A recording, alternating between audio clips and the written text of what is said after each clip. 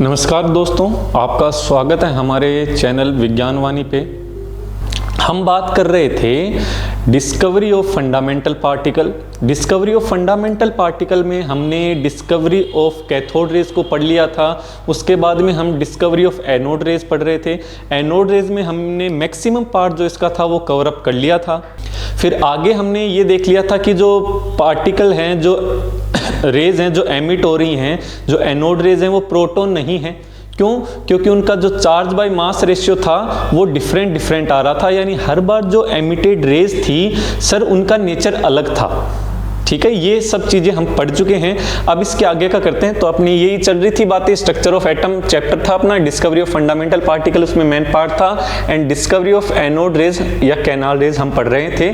Cathode rays हमने पढ़ लिया था।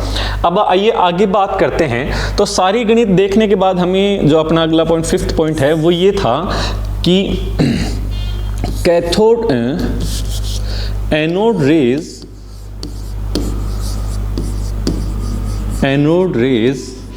mass is different for different type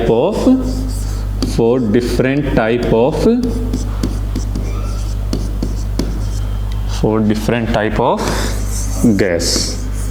okay, यानी एमिट होने वाली जो एनोड रेज थी, हर बार अलग अलग गैस लेने पर उसका मास भी अलग आ रहा था और चार्ज बाय मास रेशियो भी डिफरेंट आ रहा था। तो मुझे इतनी तो समझ में आ गई कि सर जो पार्टिकल एमिट हो रहे हैं वो आपके एक सिंगल टाइप के पार्टिकल नहीं हैं। और बात तो किसकी चल रही थी? प्रोटॉन की। तो प्रोटॉन है क्या, वो कहानी सुनिएगा। ठीक है, अब क्या हुआ जब इस कैथोड रे ट्यूब एक्सपेरिमेंट में, यानी जो क्रूक ट्यूब थी, उसमें हाइड्रोजन गैस को फिल किया गया। और जब हाइड्रोजन गैस फिल हुई, उसके आगे की कहानी आप यहां देखिए, मैं आपको समझाने की कोशिश करता हूं। तो जब आपकी ये वो क्रूक ट्यूब हो गई, बड़ा साधारण सा डायग्राम लेंगे क्योंकि मैक्सिमम चीजें हम देख चुके हैं। पोरफोरेट यहां पे आपका कैथोड था, ये 10,000 वोल्टेज इन्होंने लिया। ओके, हाँ। अब जब यहां पे बीच में हाइड्रोजन गैस को फिल किया गया ना, तो हाइड्रोजन गैस फिल करने पे क्या कहानी हुई वो देखते हैं। आपका यूं मान लो ये एक हाइड्रोजन गैस का पार्टिकल है। ओके, अब इसके ऊपर किनकी स्ट्राइक हुई? इसके ऊपर स्ट्राइक कौन करे? इलेक्ट्रॉन करे। इलेक्ट्रॉन की जो स्ट्राइक है वो बड़ी हाई स्पीड से हुई। तो जब इलेक्ट्रॉन टकराए तो यहां से क्या हुआ, फर्दर इससे भी इलेक्ट्रॉन निकले। हाइड्रोजन गैस के जो पार्टिकल से थे उनसे इलेक्ट्रॉन रिमूव हुए। ओके, इन्होंने आगे चलकर, हमें पता ही है कि कैथोड रेज बना ली थी। ठीक है, और पीछे बचा कौन? पीछे बचा ये H पॉजिटिव। ये जो पार्टिकल है ये आपका पीछे बच गया। ठीक है, अब है तो ये भी एनोड रेज ही, ये भी एनोड रेज के पार्टिकल हैं। ओके, ये भी आपके क्या हैं? एनोड रेज पार्टिकल हैं। फिर जब इन एनोड रेज, हाइड्रोजन के केस में जो एनोड रेज पार्टिकल थे, इनकी करी गई स्टडी। इनके लिए कुछ इंटरेस्टिंग फैक्ट हमारे सामने क्या है कि इनका जो मास था, जो हाइड्रोजन गैस में जो एनोड रेज निकल रहे थे, उन पार्टिकल का जो मास था, mass is nearly equal to mass of hydrogen atom. यानी इसका जो मास था वो लगभग हाइड्रोजन एटम था उसके मास के बराबर ही आ रहा था। ओके, ठीक है। फिर बाद में इनका जो चार्ज और मास का रेशियो देखा गया, E/m रेशियो देखा गया, उसकी वैल्यू क्या थी? तो चार्ज तो हमें पता ही है, इसके ऊपर उतना ही चार्ज था जितना किसके ऊपर चार्ज था? इलेक्ट्रॉन के ऊपर। ये बात तो पहले ही हो गई थी, 1.6 × 10⁻⁻19। एंड जो E/m रेशियो है वो इनका आया 9.58 × 10⁻⁴। और जब इसे सोल्व किया गया तो ये वैल्यू कितनी आई? 1.6 × 10⁻⁻24 ग्राम आई। ये वैल्यू आई थी आपकी चार्ज बाय मास रेशियो की। ठीक है जी, हाँ जी। अब देखिए, यानी ये मास जो है, जितने भी आपके एनोड रेज निकली थी उनमें सबसे लाइट मास ये था। ठीक है, इस पार्टिकल को साइंटिस्ट ने प्रोटॉन बोला। तो यहां हाइड्रोजन एटम लेने के बाद में जो एनोड रेस के पार्टिकल थे उन्हें प्रोटॉन नाम दिया गया था। क्यों? और बात सोचने लायक सही भी बात है। अगर आज के टाइम पे जितना मुझे पता है उतना ये पता है, एक हाइड्रोजन का एटम है, अगर इसमें से एक इलेक्ट्रॉन निकल गया तो पीछे इस हाइड्रोजन का न्यूक्लियस ही बचता है, और जो हाइड्रोजन का न्यूक्लियस है उसमें तो केवल अकेला प्रोटॉन ही है, और इससे लाइट मास कोई हो ही नहीं सकता। तो ये यहां पे एक मास आया इसका। ठीक है, तो ये था प्रोटॉन, ना कि हम किसी भी एनोड रेस को प्रोटॉन बोल सकते हैं। तो इसकी एक छोटी सी डेफिनेशन है प्रोटॉन की, वो हम पढ़ लेते हैं।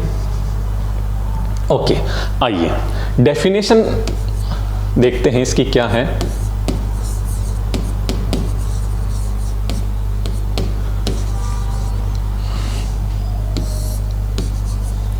A fundamental particle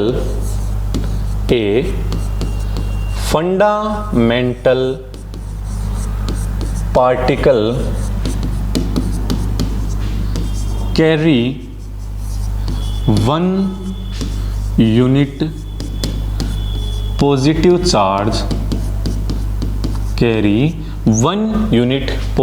charge, and mass is nearly equal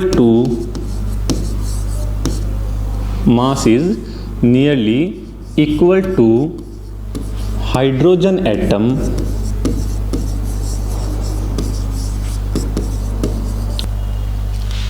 is known as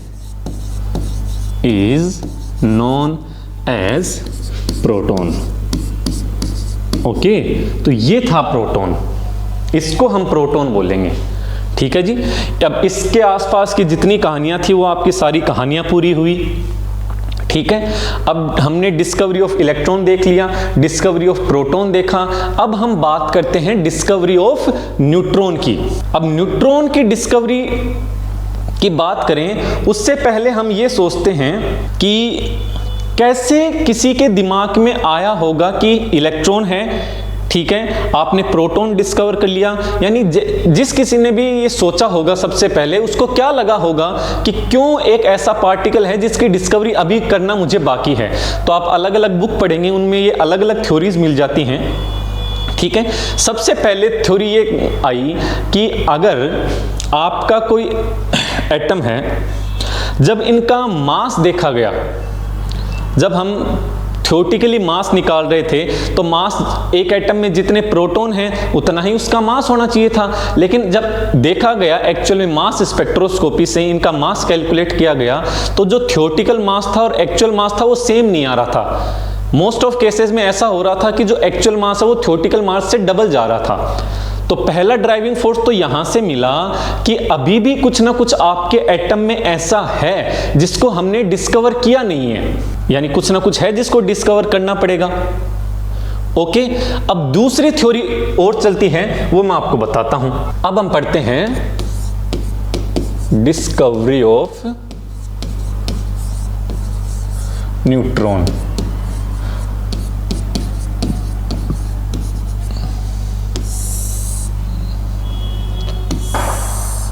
हाँ जी, तो पहला पॉइंट तो मुझे याद रखना है कि ऐसा क्या हुआ कि साइंटिस्ट को लगा कि हमें कोई पार्टिकल है जिसको डिस्कवर करना चाहिए। उसका पहला पॉइंट ये था, calculated mass of an atom is not equal to the mass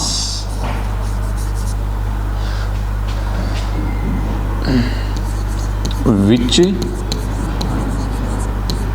obtain experimentally। यानी एक्सपेरिमेंटली और जो कैलकुलेटेड मास था वो इक्वल नहीं आ रहा था। तो इससे एक बात समझ में आई कि कोई ना कोई ऐसा पार्टिकल है जिसकी मुझे डिस्कवरी अभी भी करना बाकी है। ठीक है, और दूसरा खेल था भाग्य का। ये बात बड़ी अलग है, लेकिन दूसरा खेल था भाग्य का। वो भाग्य क्या था वो जरा सुनिएगा आप। ये कहानी है। अब हुआ क्या, कैथोड रेज जब डिस्कवर कर ली गई थी तो इतना भी पता था कि कैथोड रेज पार्टिकल जो हैं जब वो किसी मेटल पे टकराते हैं तो वो हीटिंग इफेक्ट शो करते हैं, और साथ में प्रोड्यूस क्या कर रहे थे, एक्स रेज। अब जिस टाइम पे एक्स रेज का डिस्कवरी हो चुकी थी, ये बड़ा ही एक इंटरेस्टिंग फैक्ट था कि लोगों को अपने अंदर की हड्डियां वगैरह देखने में, अपने जो स्केलेटन था उसको देखने में उन्होंने एक मनोरंजन का साधन बना लिया इस चीज को। ठीक है, और बाद में देखा यह गया कि जो एक्सरेज थी आपकी वो कैंसर कोजिंग थी, यानी इन पे स्किन के कांटेक्ट में आते ही यहां से क्या हो रहा था, कैंसर। अब साइंटिस्ट ने ये सोचा कि मुझे कोई ना कोई एक ऐसा सूट बनाना पड़ेगा जिसकी वजह से मैं इस एक्सरेज को अपनी बॉडी के टच में आने से रोक सकूं। साथ ही साथ में इस टाइम पे जो है रेडियो एक्टिविटी पे भी एक साइड में रिसर्च चल रहे थे। उधर तीन चीजें थी, अल्फा रेज, बीटा रेज और गामा रेज। ठीक है, या अल्फा पार्टिकल, बीटा पार्टिकल और गामा। गामा को नॉर्मली रेज ही बोला जाता है, पार्टिकल नहीं बोलते, क्योंकि गामा रेज जो है वो पार्टिकल नेचर रखते नहीं हैं। उनके पास वो प्योर फॉर्म एक एनर्जी है, वो एनर्जी की फॉर्म में ही रहती हैं। अब ये गामा रेज थी, इनसे भी बचना था। तब हुआ क्या, दो अलग अलग साइंटिस्ट थे। देखिए,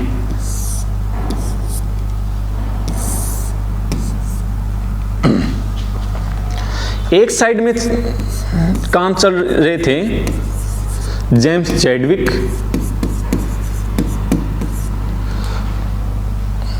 और एक साइड में काम कर रहे थे रदरफोर्ड। और इस एक ही बात पे काम कर रहे थे कि मैं कोई ना कोई ऐसी मेटल बनाऊं जो मेरे को इन अल्फा रेज से, इन एक्स रेज से, इनसे प्रोटेक्शन करवाए। ठीक है, मेन तो यहां पे अल्फा रेज थी, उनसे प्रोटेक्शन करना था, क्योंकि ये अल्फा पार्टिकल, ये पार्टिकल उन्हें इतना समझ में आ गया था कि इन फ्यूचर की साइंस में जो डिस्कवरी होंगी उनमें इन रेस का, इन पार्टिकल का बड़ा इंपॉर्टेंट रोल रहेगा। ओके, तो बात करते हैं जेम्स चैडविक जो हैं, इस टाइम पे अपना काम करते करते इनको वो सूट तो नहीं मिला, जो इनका टारगेट था वो तो नहीं हुआ इनसे पूरा, लेकिन इन्होंने किसकी डिस्कवरी कर दी, इन्होंने डिस्कवरी कर दी बाय डिफॉल्ट किसकी, न्यूट्रॉन की। और यहां जो इनका काम था, इन्होंने अपना अलग मॉडल ही दे दिया। सूट बने कि नहीं बने वो बाद की बात में, इन्होंने अपना एटॉमिक मॉडल ही दे दिया।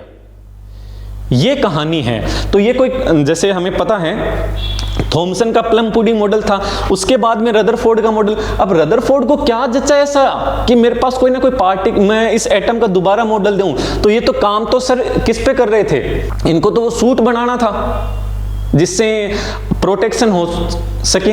अब आगे बात करते हैं कि जेम्स चैडविक जी ने कैसे काम किया। हाँ जी, देखते हैं। इनका काम पढ़ने से पहले मेरे को क्या पढ़ना पड़ेगा, मेरे को पहले पढ़ना पड़ेगा रेडियो एक्टिविटी, क्योंकि आगे के जो दोनों फिनोमिना हैं वो मेरे को समझ में रेडियो एक्टिविटी से ही आएंगे। ओके, चलते हैं। तो पहले हमें पढ़नी पड़ेगी रेडियो एक्टिविटी।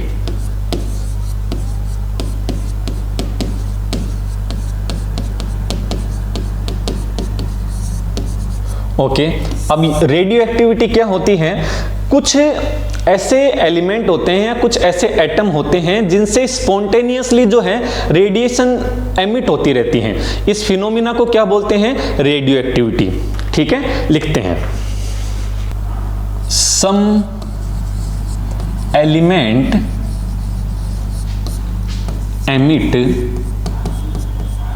रेडिएशन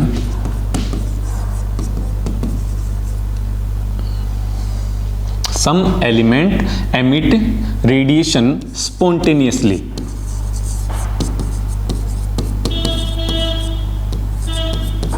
ठीक है, और इसी फिनोमिना को हम क्या बोलते हैं, this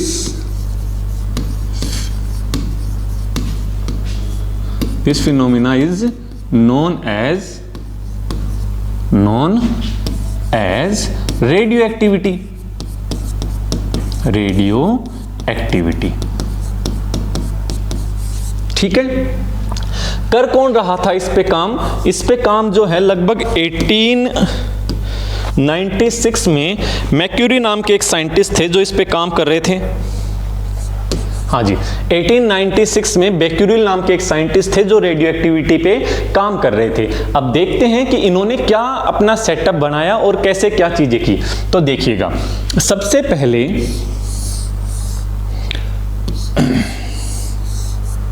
इन्होंने कोई एक रेडियो एक्टिव एलिमेंट लिया, उसे इलेक्ट्रिक फील्ड में रखा, इलेक्ट्रिक फील्ड में रखा। ठीक है जी, ऊपर इन्होंने नेगेटिव चार्ज प्लेट लगाई, इस साइड में उन्होंने पॉजिटिव चार्ज की प्लेट लगाई।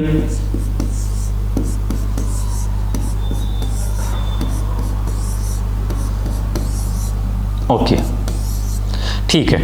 अब यहां से जो है 3 टाइप की रेज निकली। ओके, कुछ रेज ऐसी थी जो जिनका डेविएशन जो है वो नेगेटिव चार्ज प्लेट की तरफ हुआ, कुछ रेज ऐसी थी जिनका डेविएशन पॉजिटिव चार्ज प्लेट की तरफ हुआ, और कुछ रेज ऐसी थी जिनका जो एमिशन है वो न तो नेगेटिव चार्ज पे था न पॉजिटिव चार्ज में, वो किस में गई? स्ट्रेट। अब स्ट्रेट गई तो इतना तो समझ में आया कि इनके ऊपर कोई चार्ज ही नहीं है। ठीक है, अब इनको पढ़ते हैं। तो जो ये आपके नेगेटिव चार्ज की तरफ जिनका डेविएशन हुआ, इनको क्या नाम दिया गया? Alpha rays. क्या नाम दिया? Alpha rays. और जिनका पॉजिटिव चार्ज की तरफ डेविएशन हुआ, इनको क्या बोला गया? Beta raise. और जिनका डेविएशन किधर ही नहीं हुआ, इनको क्या बोला गया? Gamma rays. ठीक है, इनको क्या बोला गया? गामा रेज बोला गया। अब चलते हैं। ओके, तो आगे सुनिए मेरी बात। यहां से क्वेश्चन बनने की, अल्फा रेज से 1-2 क्वेश्चन ऐसे हैं जो इंटरेस्टिंग बनने की पूरी पॉसिबिलिटी रहती है, वो हम आगे समझते हैं। ये हमारे क्या थे? ये अल्फा रेज जो थी, इनको जब स्टडी किया गया, ठीक है, बेक्यूरेल ने स्टडी किया, तो इन पे जो चार्ज आया वो कितना था? वो प्लस का 2 चार्ज था। ओके, और इनका जो मास निकला उसकी यूनिट 4 थी। ठीक है, पॉजिटिव चार्ज है, प्लस का 2 चार्ज है, मास इनका प्लस का 4 आया गया। अब मैं आपको एक अलग थोड़ी सी बात और हाँ जी, तो हम बात कर रहे थे अल्फा पार्टिकल की या अल्फा रेज की कि ये हैं क्या। तो इनके बारे में एक इंटरेस्टिंग बात ये होती है कि अल्फा पार्टिकल के बारे में मुझे पता है, और क्या पता है कि इनके ऊपर जो चार्ज है वो +2 चार्ज है, एंड जो मास है वो 4 यूनिट पे मास है इनका। ओके, अब हम बात करते हैं हीलियम एटम की। हीलियम एटम का अगर मैं 10th क्लास के बेसिस पे हम ये देखें तो हमें पता है इलेक्ट्रॉनिक कॉन्फ़िगरेशन लिखते टाइम कि यहाँ पे न्यूक्लियस में 2 तो प्रोटॉन होते हैं, 2 न्यूट्रॉन होते हैं, और यहाँ पे 2 इलेक्ट्रॉन हैं इसके फर्स्ट शेल में। अब जब इससे 2 इलेक्ट्रॉन रिमूव कर जाएं, ठीक है, अगर 2 इलेक्ट्रॉन रिमूव हो रहे हैं तो ये जो बचेगा वो मेरे पास हीलियम का न्यूक्लियस ही बचेगा जिसमें 2 प्रोटॉन एंड 2 न्यूट्रॉन रहेंगे। ओके, अब मैं इसके ऊपर अगर चार्ज की बात करूं तो इसका चार्ज कितना आएगा? इसका चार्ज प्लस का 2 आएगा, और मास जो है वो कितना होता है? सर मास इसका 4 आ रहा है। ठीक है, अब जरा ध्यान से देखें, ये दोनों चीज तो सेम ही हैं, यानी जो अल्फा पार्टिकल हैं वो इक्विवेलेंट हैं न्यूक्लियस ऑफ हीलियम के, क्योंकि ये हीलियम एटम का न्यूक्लियस ही बचा। तो हम कह सकते हैं, हम क्या कह सकते हैं, नोट करके इस बात को जरूर याद रखेंगे, क्या है? Alpha particle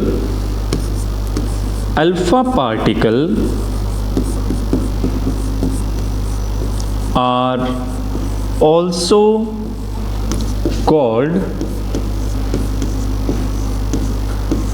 nucleus of helium atom। Alpha particle को, अल्फा कण को हीलियम परमाणु का नाभिक भी कहा जा सकता है। ठीक है, एक लाइन का क्वेश्चन ये बन सकता है, विच पार्टिकल या which rays is known as nucleus of helium atom, alpha beta gamma, एक ऑप्शन वो नन ऑफ दीज कर देंगे। ठीक है, आगे चलते हैं। अब यहां तक हमने पढ़ लिया इस चीज को कि रेडियो एक्टिविटी क्या है, ये अल्फा पार्टिकल क्या है। ओके, अब आगे चलते हैं।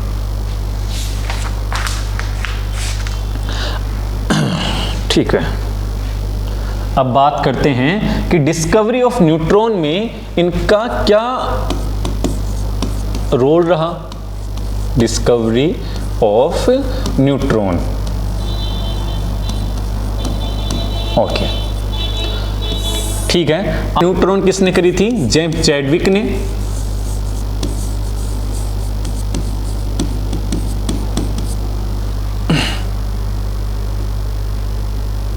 और ये कब हुई थी? 1932 में। अब देखिए इन्होंने क्या किया, इन्होंने बेरिलियम एटम लिया। ओके, बेरिलियम एटम का हमें पता है एटॉमिक नंबर जो है वो कितना है? 4 है और मास नंबर इसका 9 होता है। जब इनके ऊपर अल्फा पार्टिकल स्ट्राइक करवाए, और अल्फा पार्टिकल तो क्या है? ये तो न्यूक्लियस है हीलियम एटम के। जब इनके ऊपर अल्फा पार्टिकल का बम्बार्डमेंट करवाया तो एक तो आपका कार्बन एटम बना और साथ में ऐसे पार्टिकल एमिट हुए जिनके ऊपर कोई चार्ज नहीं था और जिनका मास जो है वो रफली इक्वल था मास ऑफ प्रोटॉन के, या मास ऑफ हाइड्रोजन एटम कहना ज्यादा सही समझेंगे। ओके, मास जो इक्वल है आपका किसके? हाइड्रोजन एटम के। ओके, इन पे मास, चार्ज इसका क्या आया? चार्ज इसका था 0 एंड मास जो है वो आ रहा था किसके equal? Mass of H atom. इन्हीं पार्टिकल को क्या नाम दिया गया? यही पार्टिकल आपके किस नाम से जाने गए? न्यूट्रॉन। डन है। यहां हमारी इलेक्ट्रॉन की, प्रोटॉन की, न्यूट्रॉन की पूरी डिस्कवरी खत्म। इनके पीछे के जो थ्योरेटिकल एस्पेक्ट है हमने वो देखे, इनके पीछे के जो हिस्टोरिकल एस्पेक्ट हैं हमने उनकी बात करी। अब हम थोड़ी सी बात करते हैं कुछ इंटरेस्टिंग फैक्ट की।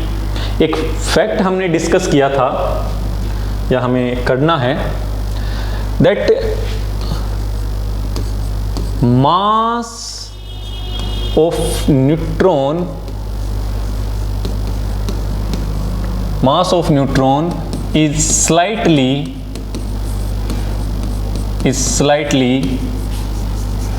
greater than mass of proton। कि जो प्रोटॉन का मास है, जो आपके न्यूट्रॉन का मास है वो प्रोटॉन के मास से थोड़ा सा ज्यादा होता है। ठीक है, अब देखिए कितना है, तो मेरे को पता है न्यूट्रॉन का मास जो है वो 1.6749 इंटू 10⁻⁻24 ग्राम है। और इसका जो मास है, प्रोटॉन का मास जो है वो 1.6726 इंटू 10⁻⁻24 ग्राम है। तो आपको थोड़ा सा डिफरेंस साफ साफ दिख रहा होगा कि ये वाला मास थोड़ा ज्यादा है।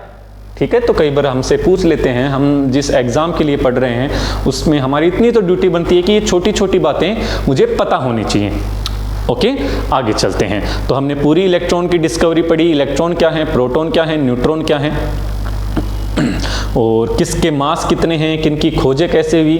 अब लास्ट आखिरी बात हमारी इस वीडियो में ये रहेगी कि पिछले वीडियो में हमने एक सवाल छोड़ा था कि टेलीविजन स्क्रीन जो होती हैं उनमें कैथोड ट्यूब का उनके साथ क्या लेना देना है। तो बिल्कुल जी ये बात ध्यान से सुनिएगा, जो आपके टेलीविजन स्क्रीन होती हैं वो उनके अंदर कैथोड ट्यूब ही होती हैं। हाँ जी, तो आपकी जो टेलीविजन स्क्रीन होती हैं उनमें कैथोड ट्यूब ही भरी होती हैं जो फ्लोरोसेंस करती हैं। और जो टेलीविजन की स्क्रीन है, यानी जिस स्क्रीन पे हम टीवी देख रहे हैं उसकी जो स्क्रीन है वो सूटेबल मटेरियल से भरी होती है और उन पे जो है वो पिक्चर जो है उनका फॉर्मेशन होता है, तब जाके हमें वो चीज़ दिखती है। तो बात यहाँ से ये पूछी जा सकती है कि टेलीविजन स्क्रीन जो है वो किस प्रिंसिपल पे चलती है, कैथोड रे ट्यूब पे चलती हैं, कोई और 2-4 नाम दे दिए जाएंगे, तो हमें इनके बारे में पता होना चाहिए। धन्यवाद वीडियो को देखने के लिए। हमारे चैनल से जुड़े रहिए विज्ञान वाणी। आगे के जो टॉपिक होंगे वो जल्दी ही अपलोड होंगे। धन्यवाद।